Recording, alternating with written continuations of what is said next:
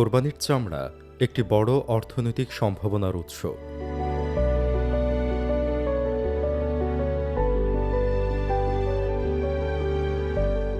বাংলাদেশ একটি মুসলিম প্রধান দেশ হওয়ায় পবিত্র ঈদ উল আজহার সময় প্রায় ৯০ লাখ থেকে ১ কোটি পশু কোরবানি হয়, যার অর্ধেকেরও বেশি গরু। এবছর বাংলাদেশে কোরবানির যোগ্য ১,২৩,৩৩,০০০টি গবাদি পশু রয়েছে। বাংলাদেশে বছরে প্রায় ৩০ কোটি স্কয়ার ফুট চামড়া উৎপাদন হয়। কুরবানি পিরিয়ডে মাত্র আমরা 50% কালেকশন করি কাঁচা চামড়া, প্রায় ১ কোটির মতো, এবং সারা বছর ব্যাপী আমরা আরও ১ কোটির মতো কাঁচা চামড়া উৎপাদন করে থাকি। কোরবানির সময় সাধারণত সুস্থ ও স্বাস্থ্যকর পশু জবাই করা হয় এবং মাংসের পাশাপাশি উপজাত হিসেবে বিভিন্ন গ্রেড ও সাইজের প্রচুর পরিমাণ কাঁচা চামড়া সংগৃহীত হয়। বাংলাদেশে মোট প্রাপ্ত চামড়ার প্রায় ৪০% সংগৃহীত হয় কোরবানির ঈদ উপলক্ষে। প্রথমেই যে আমাদের পশু জবাই করা হয় সারা বছর এবং বিশেষ করে কোরবানির সময় জবাই করার পরে আপনার চামড়াটাকে সঠিকভাবে সংরক্ষণ করা হয় না। গত বছরের আমার সার্ভে অনুযায়ী যদি দেখেন, শতকরা ২১% চামড়া আপনার পচে গেছে। কারণ হলো দেরিতে লবণ লাগানোর কারণে। বাংলাদেশের প্রত্যেক জেলায় ভালো মানের চামড়ার পাশাপাশি নিম্নমানের চামড়াও পাওয়া যায়। কোনো চামড়ার ডিফেক্ট বা ত্রুটি যত বেশি হবে, এর মানও তত বেশি খারাপ হবে। বস্তুত ত্রুটির পরিমাণ বেশি হলে ওই চামড়ার কাটিং ভ্যালু কমে যায়, অর্থাৎ ওই চামড়ার ত্রুটিযুক্ত অংশ প্রোডাক্ট তৈরির অনুপযোগী হয়। স্কিন ডিজিজ যেটা বলে গরুর, যে লাম্পি, এটা প্রায় ১৫ থেকে ২০%। এটা যদি সংশ্লিষ্ট মন্ত্রণালয় পশু পদক্ষেপ নেয় বা ভ্যাকসিনের ব্যবস্থা করে, তাহলে এটা কন্ট্রোল করা যাবে। আর যেটা মানুষ দ্বারা যেটা হচ্ছে সেটা হচ্ছে যে লেস কাট বা ফ্লে কাট বলে, এটা এখন ব্যাপক হারে হচ্ছে। এটা যার এটা 30% আমরা চামড়া রিজেক্ট হয়ে যাচ্ছে আর কি প্রসেস করার পরে। এই জন্য ট্যানারি, আমি বিশেষ করে আমি যেটা ব্যক্তিগতভাবে জানি, যেটা অনেক আমরা লস করতেছি আর কি। এই জিনিসটা এটা কিন্তু ম্যান মেড। এটাকে যদি আমরা এখন যদি এটাকে প্রতিরোধ না করি, তাহলে এটা ভবিষ্যতে খুবই খারাপ অবস্থা হবে এবং আমরা অনেক বৈদেশিক মুদ্রা হারাচ্ছি আর কি। পশু জবাই, চামড়া ছাড়ানো এবং কাঁচা চামড়া সংরক্ষণে কিছু ব্যবস্থা গ্রহণ করলে ভালো মানের চামড়া পাওয়া যায়। জবাইয়ের পূর্বে পশুকে কমপক্ষে ২৪ ঘন্টা বিশ্রামে রাখতে হবে। জবাইয়ের পূর্বে পশুকে পানি দ্বারা ভালোভাবে পরিষ্কার করতে হবে। তবে জবাইয়ের ঠিক পূর্ব মুহূর্তে পশুর দেহ যেন ভালোভাবে শুকানো থাকে। পশুকে যথেষ্ট পরিমাণ পানি পান করাতে হবে। এ পানি পশুর দেহের ফ্লেশ হতে চামড়াকে ঢিলা করে দেয়, ফলে ফ্লেইং অপারেশন সহজ হয়। পশু জবাই করার স্থানটি পরিষ্কার পরিচ্ছন্ন ও সমতল হতে হবে, যেন চামড়ায় কোনো ময়লা না থাকে এবং চামড়ায় কোনো স্ক্র্যাচ না পড়ে। সঠিক নিয়মে যথাসম্ভব অল্প ব্যথায় পশুকে জবাই করা। জবাইয়ের পর দেহ হতে ভালোভাবে রক্ত ঝরে যেতে দেওয়া। সঠিক নিয়মে চামড়া ছাড়ানো, যেন চামড়ায় কোনো মাংস বা ফ্লেই কাট না থাকে, চামড়ায় গোবর, রক্ত বা অন্য কোনো ময়লা না থাকে। চামড়াকে অমসৃণ সারফেসের ওপর টানা হেঁচড়া না করা।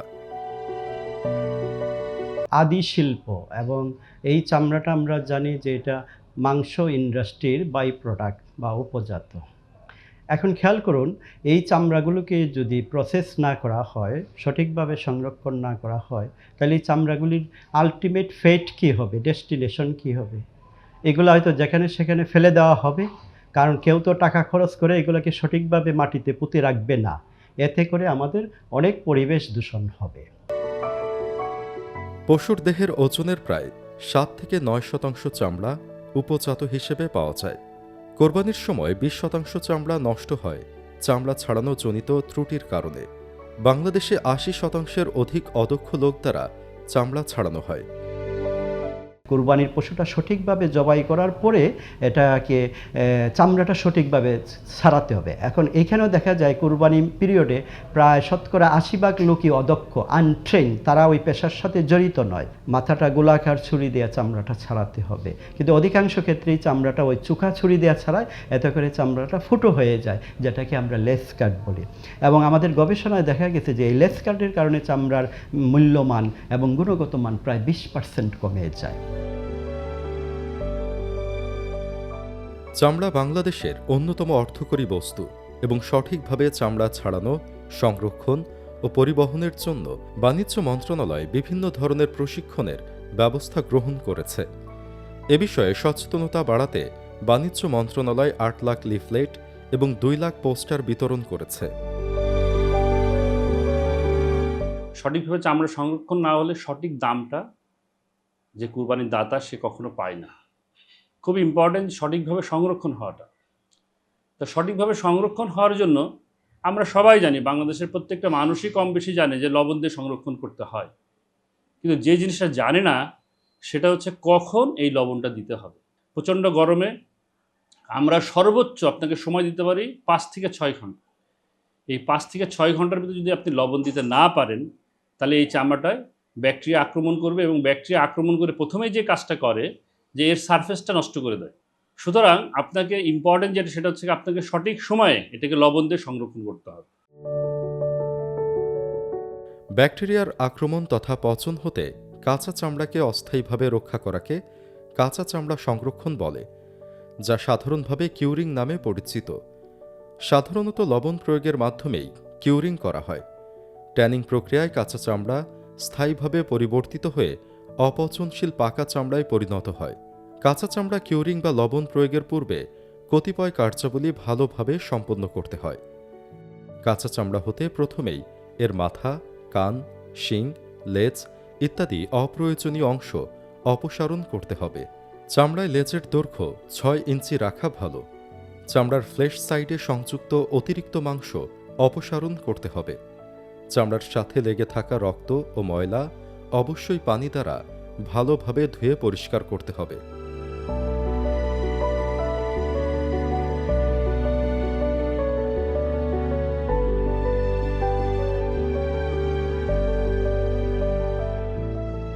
আমাদের দেশে গ্রীষ্মকালে জবাইকৃত পশুর ক্ষেত্রে ফ্লেইংয়ের পর হতে কিউরিংয়ের পূর্ব পর্যন্ত সাধারণত ৫ ঘন্টার বেশি সময় অতিবাহিত হতে দেওয়া যাবে না। এবার অত্যন্ত তাপমাত্রা বেশি হওয়ায় ৫ থেকে ৬ ঘন্টার মধ্যে অবশ্যই কাঁচা চামড়ায় কিউরিং তথা লবণ প্রয়োগ করতে হবে। বাংলাদেশে সাধারণত ওয়েট সল্টিং পদ্ধতিতে কাঁচা চামড়ার কিউরিং করা হয়। এই চামড়া শিল্পটার সাথে আমরা সকল দেশবাসী কিন্তু পরোক্ষভাবে জড়িত। কারণ আমার বাসায় যে পশুটা কোরবানি হবে, এটা সঠিকভাবে কোরবানি করার পর, জবাই করার পর সঠিকভাবে চামড়াটা ছাড়াতে হবে। চামড়াটা ভালোভাবে পরিষ্কার পানিতে ধুয়ে পানিটা ঝরিয়ে নিন কিছুক্ষণ রেখে, এবং চামড়াটা ঠান্ডা হলে চামড়াটাতে পরিমাণ মতো লবণ লাগান। যে লবণটা এমন জায়গায় রাখবেন, একটু ঢালু জায়গায় দিবেন, কারণ আমরা জানি চামড়াতে প্রচুর পানি, সেই পানিটাকেই আমরা লবণের মাধ্যমে অপসারণ করি। তো চামড়ার পাশে যদি আবার পানিটা বেরোয় জমে থাকে, তাহলে সেখানে আবার রোগ জীবাণু হয়, চামড়াটার ক্ষতি করে।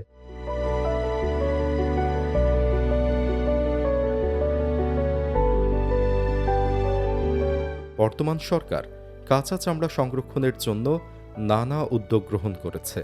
কাঁচা চামড়া সংরক্ষণে বাণিজ্য মন্ত্রণালয় ২০ কোটি টাকার লবণ সারা দেশে বিনামূল্যে বিতরণ করেছে। এছাড়া প্রতিটি জেলা ও উপজেলা পর্যায়ে অর্থ দেওয়ার ব্যবস্থা গ্রহণ করেছে। মৌসুমী ব্যবসায়ী, ফুরিয়ে ব্যবসায়ী এবং ক্ষুদ্র ব্যবসায়ী ব্যবসায়ীদের নিকে আমি অনুরোধ করব, আপনারা লবণের ব্যবস্থা করে রাখবেন। প্রচণ্ড গরম, চামড়া যেন নষ্ট না হয়, চামড়াগুলো সুস্থভাবে সুন্দরভাবে সংরক্ষণ করে রাখবেন। পরে কোরবানের পরে ১ সপ্তাহ ১০ দিন পরে আপনারা বিক্রি করতে পারবেন। কোরবানি ঈদ, প্রতিদিনের বাজারের চাহিদা অথবা অন্য কোনো অনুষ্ঠান উপলক্ষে জবাইকৃত পশু হতে উপজাত হিসেবে প্রাপ্ত কাঁচা চামড়া বিভিন্ন ফরিয়া, ব্যাপারী এবং আড়তদারের মাধ্যমে ট্যানারিতে পৌঁছায়। কাঁচা চামড়া যেটা আসে আমাদের যে অ্যাজামশন থাকে, ওই অ্যাজামশন থেকে অনেক সময় ম্যাক্সিমাম টাইম আমরা যে হিসাব করি সেটা পাচ্ছি না, বিভিন্ন কোয়ালিটির কারণে, ডিফেক্টের কারণে। সেটা আছে, প্রাকৃতিকও আছে, আবার ম্যানমেডও আছে। যেটা ইচ্ছা করলে যারা কাঁচা চামড়া সংরক্ষণ করে বা আড়তদার আছে, তারা ইচ্ছা করলেই সেটা আরও ডেভেলপ করতে পারে, যেটা আমরা যাতে প্রবলেম ফেস না করি। ট্যানারিতে বিভিন্ন রাসায়নিক পদার্থ ও যন্ত্রপাতির মাধ্যমে কাঁচা চামড়া হতে সাধারণত পাকা ও ফিনিশড চামড়া উৎপাদিত হয়ে থাকে। এক্ষেত্রে কাঁচা চামড়া হতে সাধারণত ওয়েট ব্লু লেদার প্রস্তুত করা হয়। পরবর্তীতে ওয়েট ব্লু লেদার হতে চাহিদা মোতাবেক ক্রাস্ট ও ফিনিশড লেদার প্রস্তুত করা হয়। ট্যানারির উৎপাদিত পাকা ও ফিনিশড চামড়া সরাসরি বা কোনো এজেন্টের মাধ্যমে আন্তর্জাতিক বাজারে রপ্তানি হয়ে থাকে। আবার অনেক ক্ষেত্রে দেশের বিভিন্ন ফুটওয়্যার বা লেদার গুডস তৈরির বিভিন্ন কারখানায় সরাসরি বা পাইকারি বাজারে বিক্রি করা হয়।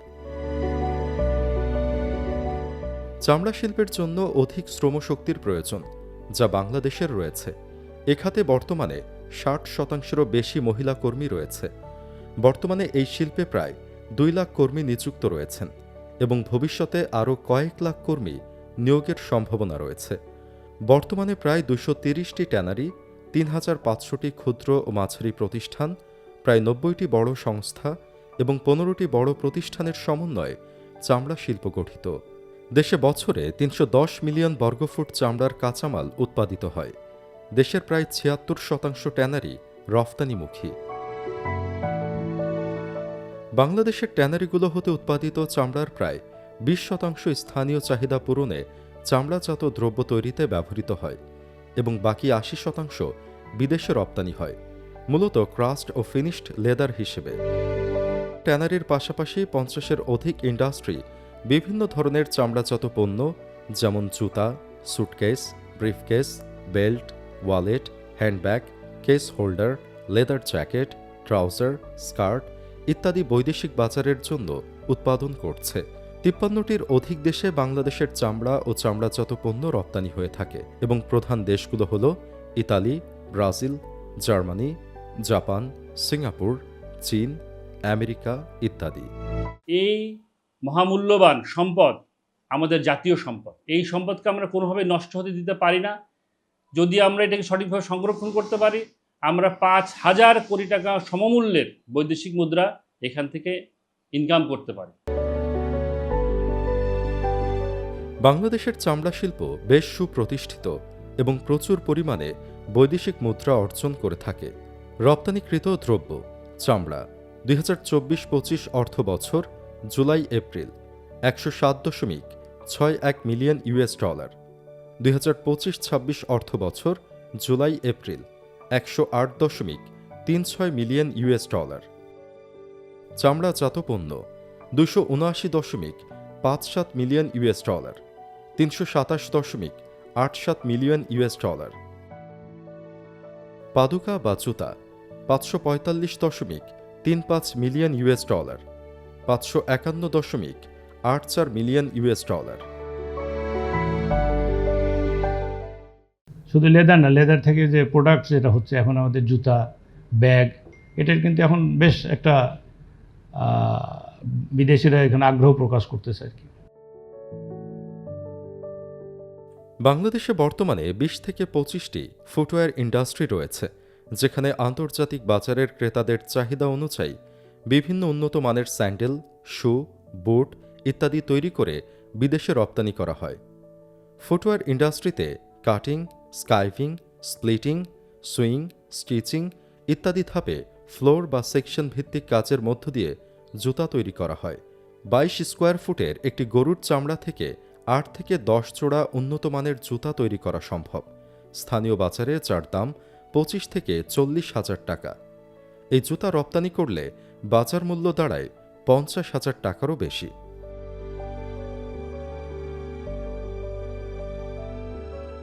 হাজারীবাগে চামড়া শিল্পের বিকাশ হলেও সেখানে কোনো তরল বা কঠিন বর্জ্য ব্যবস্থাপনা না থাকায় পরিবেশ দূষণ হতে থাকে। 2017 সালের শুরুতে ট্যানারি শিল্প ঢাকার হাজারীবাগ থেকে সাভারের হেমায়েতপুরে স্থানান্তর কার্যক্রম শুরু হয়। এ শিল্প নগরটিতে 205টি প্লটে মোট 162টি শিল্প ইউনিটকে বরাদ্দ করা হয় এবং এর মধ্যে বর্তমানে 140টি ট্যানারি উৎপাদনে রয়েছে। এ সকল ট্যানারির তরল বর্জ্য ব্যবস্থাপনার জন্য দৈনিক 25,000 ঘনমিটার পরিশোধন সম্পন্ন একটি common effluent treatment plant CETP স্থাপন করা হয়। যে সিইটিপিটা করা হয়েছে তার ক্যাপাসিটিতে প্রবলেম আছে। আপাত দৃষ্টিতে আমাদের কাছে মনে হয় এটি বর্জ্য পরিশোধনের ক্যাপাসিটি পার ডে 14 থেকে 18,000 সিবিএম অর্থাৎ কিউবিক মিটার। আমাদের এই কুরবানির সময়ে যখন প্রত্যেকটা ট্যানারিতেই পুরোদমে কাজ করে প্রায় 1.5 থেকে 2 মাস, তখন আমাদের এই বর্জ্য পরিশোধনের প্রয়োজনীয়তা দাঁড়ায় 40 থেকে 45,000 কিউবিক মিটার পার ডে, অর্থাৎ আমাদের ক্যাপাসিটির থেকেও ডাবলেরও বেশি। এটা স্বাভাবিকভাবেই সিইটিপি কলাপস করে। আরেকটা বিষয়, সিইটিপি যখন ডিজাইন করা হয় এবং মেশিনারিজ ইকুইপমেন্ট যখন সেট আপ করা হয়, সে মেশিনারিজগুলো ছিল অত্যন্ত নিম্নমানের। অনেকগুলো অলরেডি অকেজো হয়ে গিয়েছে এবং অতি দ্রুততার সাথে বাদবাকি মেশিনারিজগুলা রিপেয়ারের প্রয়োজন। এই সিইটিপির আধুনিকায়ন এবং শতভাগ ফাংশনাল করার জন্য যা যা প্রয়োজন বর্তমান সরকারের পক্ষ থেকেও সে উদ্যোগ নেওয়া হয়েছে। দেশের চামড়া খাতের প্রধান সমস্যা কমপ্লায়েন্সের অভাব, যে কারণে এ খাতের সম্ভাবনা কাজে লাগানো যাচ্ছে না। আন্তর্জাতিক বাজারে বাংলাদেশে উৎপাদিত পণ্য কম দাম পাচ্ছে, আবার স্থানীয় বাজারেও চামড়ার ন্যায্য মূল্য নিশ্চিত করা সম্ভব হচ্ছে না। তো আমাদের এই চামড়া শিল্প থেকে আমি তো মনে করি $20 বিলিয়ন এটা নেওয়া সম্ভব। সঠিক পরিকল্পনা এবং সঠিক পলিসি মেকিংটা দরকার আমাদের। বাংলাদেশের চামড়া শিল্পে রয়েছে বিভিন্ন সমস্যা। সরকারি উদ্যোগের পাশাপাশি চামড়া শিল্পের উন্নয়নে সরকারি ও বেসরকারি খাতের যৌথ প্রয়াস দরকার।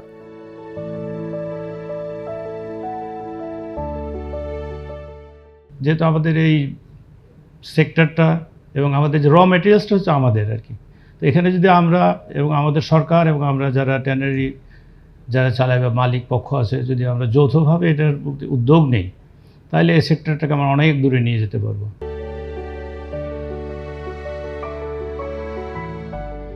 জাতীয় আয়ের প্রবৃদ্ধি, রপ্তানির মাধ্যমে বৈদেশিক মুদ্রা আয়, কর্মসংস্থান সৃষ্টি এবং মূল্য সংযোজনের মাধ্যমে চামড়া শিল্প বাংলাদেশে একটি অপার সম্ভাবনাময় খাত। চামড়া শুধু একটি পণ্য নয়, এটি আমাদের অর্থনীতির একটি গুরুত্বপূর্ণ সম্পদ। একে রক্ষা করা আমাদের সকলের দায়িত্ব। চামড়া যেন নষ্ট না হয়, সঠিকভাবে চামড়া সংরক্ষণ করে চামড়া শিল্পকে আরও সমৃদ্ধ করি।